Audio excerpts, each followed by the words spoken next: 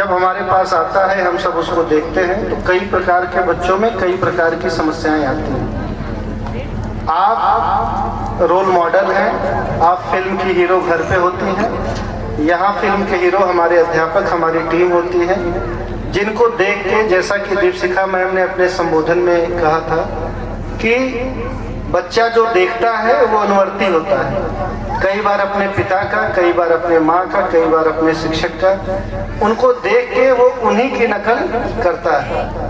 तो आपसे ये गुजारिश है कि घर का माहौल इस प्रकार रखें। जब आप, कई बार होता है कि हम अपने से बड़ों की बुराई जब पीठ पीछे करते हैं तो बात बच्चा सुनता है और उसको ये लगता है कि अरे यार ये तो दादा दादी के बारे में ऐसा कहा जा रहा है। तो वहाँ दो पहलू आते हैं। अगर बच्चे का सिंसियरिटी लेवल ज़्यादा है तो वो माँ के बारे में बुरा सोचता है। अगर बच्चा माँ के हिसाब से सोचता है तो वो ये सोचता है कि अरे सही में दादा दादी में ये दिक्कत है। कई बार चाचा चाची टोकते हैं, चाचा चाची बोलते हैं, तो वहाँ भी आपको हस्तक्षेप नहीं करना चाहिए।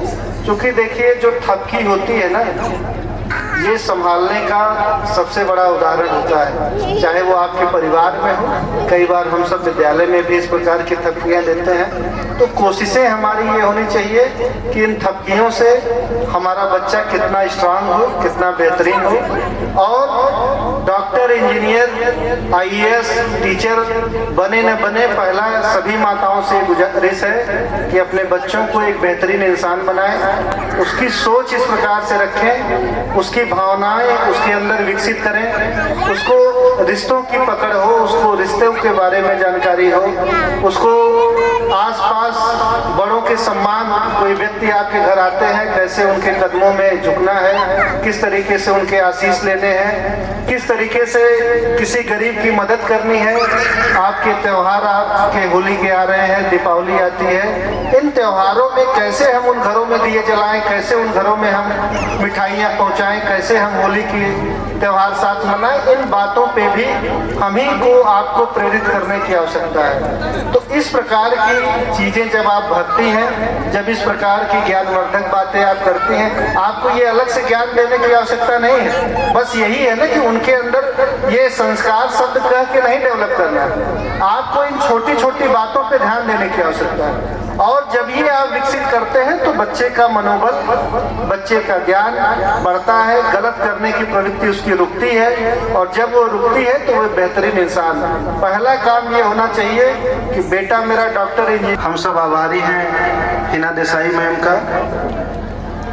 एक ऐसी महिला पिछले 15-20 वर्षों से, करीब हमें लगता है 15-16 वर्ष हुए आपको, सुदूर गुजरात एक स्टेट है, वहाँ से आप आई आजमगढ़ जैसी जगह पे, और वो भी हमारा देवारा क्षेत्र, जहाँ आप रामानंद सरस्वती पुस्तकालय चला रही हैं और विभिन्न कार्यक्रमों में बढ़ चढ़ के हिस्सा लेती हैं। अखबार तो मैं कंटिन्यूअस पढ़ता हूँ। आपने जो बिंदी वाली बात कही, पहली पहचान तो वहीं से हम लोगों की हुई थी, और निश्चित तौर पे ईश्वर ने सभी को कुछ न कुछ अट्रैक्शन दिया है, सबके अंदर कुछ न कुछ खूबियाँ दी हैं। तो हम सब आपके शुक्रगुजार हैं कि आप कार्यक्रम की शुरुआत से अंत तक शोभा बढ़ा रही हैं, आप माताओं का मनोबल बढ़ा रही हैं, हम सबका बढ़ा रही हैं। विद्यालय परिवार आपका धन्यवाद करता है। सभी उपस्थित माताओं का मैं आभारी हूँ कि एसकेडी पे आप सब भरोसा बनाए हैं, और निश्चित तौर पे आपसे बता दें कि जो आज मंच पे हो रहा है, ऐसा मंच प्रतिदिन हम बच्चों को उपलब्ध कराते हैं। हमारी जो प्रार्थना होती है वो इतनी शानदार होती है, कभी समय रहे तो सुबह की प्रार्थना में आप सब आएँ,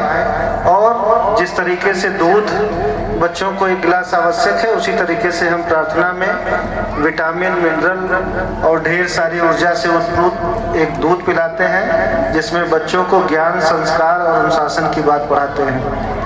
आप सभी को बता दूं कि जो एसकेडी नाम है वो निश्चित तौर पे मेरी माँ का नाम है। मातृ देवो भव की परिकल्पना पर आधारित यह कार्यक्रम, मातृ सम्मेलन किया जाता है। मुझे लगता है कि लगभग 3 वर्ष के पश्चात ये कार्यक्रम हो रहा है, चूँकि प्रतिवर्ष इसलिए नहीं किया जाता है कि आप सबकी व्यस्तताएं भी होती हैं, और हर हर साल करने पे थोड़ा आनंद भी मुझे लगता है कि कम आता है आपको। तो देखिए, इसकी कल्पना क्यों की उसका मैं आपको बता दूं कि जैसे बच्चा जब 2 बजे घर पहुंचता है, 2:30 बजे पहुंचता है, 3 बजे पहुंचता है, ग्रामीण क्षेत्र है, पिता अक्सर रोजगार में पिता को ही बाहर होना पड़ता है। इसमें से 5 से 10% महिलाएं ही ऐसी होंगी जो खुद वर्किंग वोमेन होंगे, नहीं तो काम काज घरेलू महिलाएं ज़्यादा हैं। तो आपकी देखरेख में बच्चा ज़्यादा रहता है।